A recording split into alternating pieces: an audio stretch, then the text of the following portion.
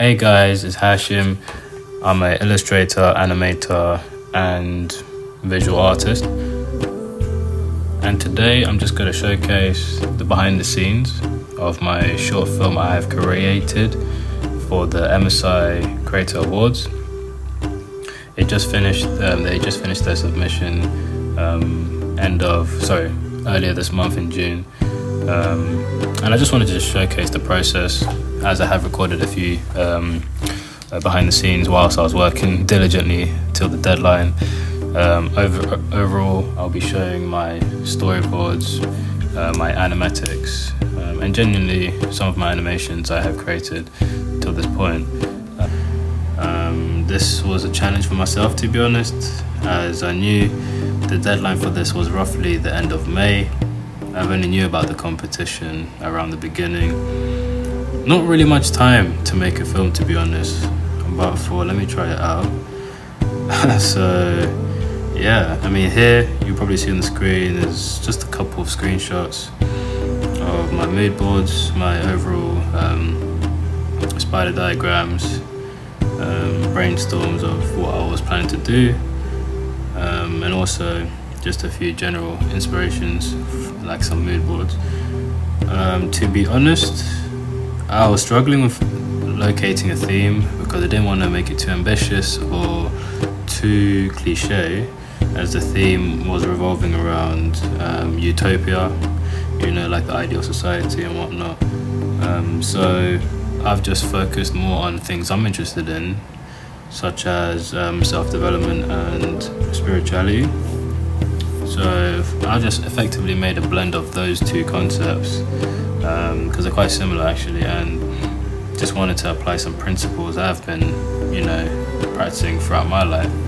And pretty much that was the main, you can say, original idea or the main concept. I will, of course, briefly describe the film itself. It was genuinely a young adventurer. He seems quite lost and he is just pretty much wandering around in the woods.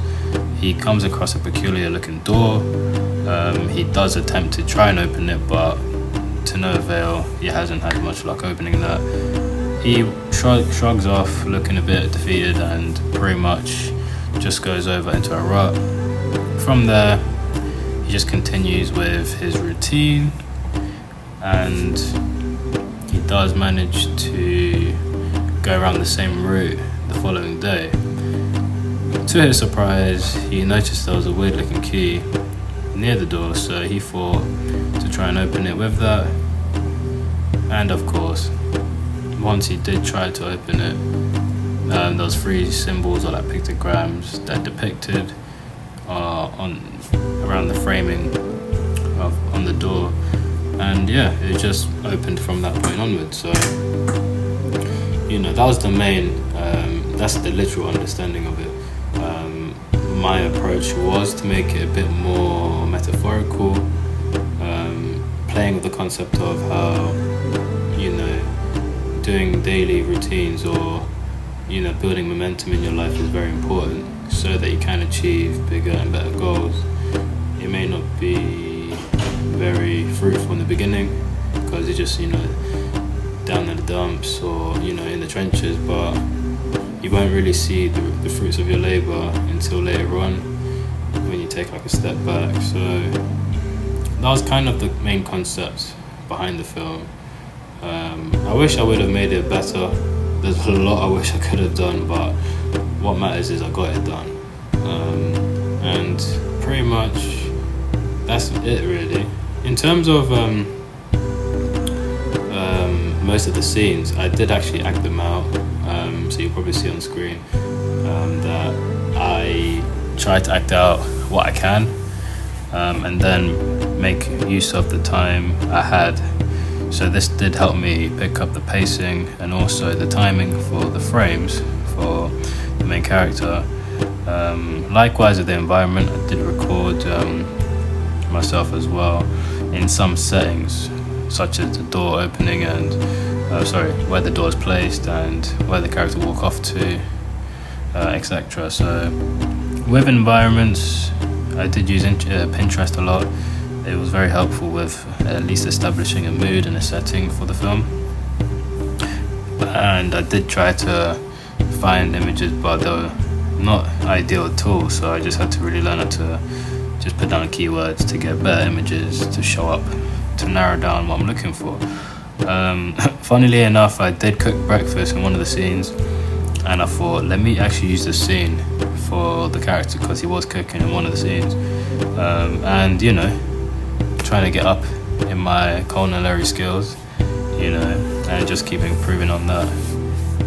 But besides the point, it did help. It was a killing two birds with one stone situation there. Also, as I've mentioned, with the time being very short, I originally wanted to go for a more simple character design, and I really thought of doing this like around during the planning stage. I guess I kind of regret that I haven't done that, because it probably would have saved more time, probably would have had more chances to experiment with more diverse, more dynamic scenes, and also had more chances to actually push the character design itself. But I guess it wasn't a priority of mine when I was in the production phase. I was very solid on the story, but I didn't really focus much on the actual character design. So I just kept it very vague, just didn't involve any form of facial features apart from the nose and maybe the mouth at times. But I will definitely consider focusing on the character design in later projects. And if you didn't know already, this film was entirely made on Adobe Fresco and Premiere Rush on the iPad Pro.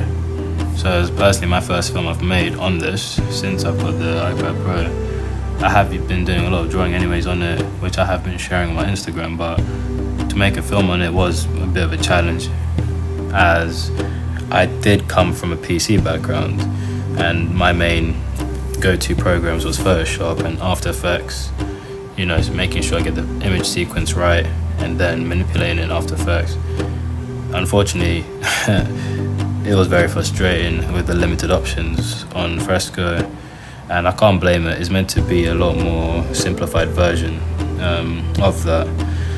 There was Photoshop as well, but they don't have the timeline feature like on the desktop versions, so I had to make do with what I had. But I guess that was also part of the challenge as well. At first, what I would probably do next time definitely would be finding a way of getting an image sequence more seamless or more fluid, as I had to manually do the rendering for each image, because Adobe Fresco's animation feature, or motion feature as they call it, still hasn't got to that stage where you can export like an image sequence successfully without removing the background. With removing the background. They haven't got to that stage yet.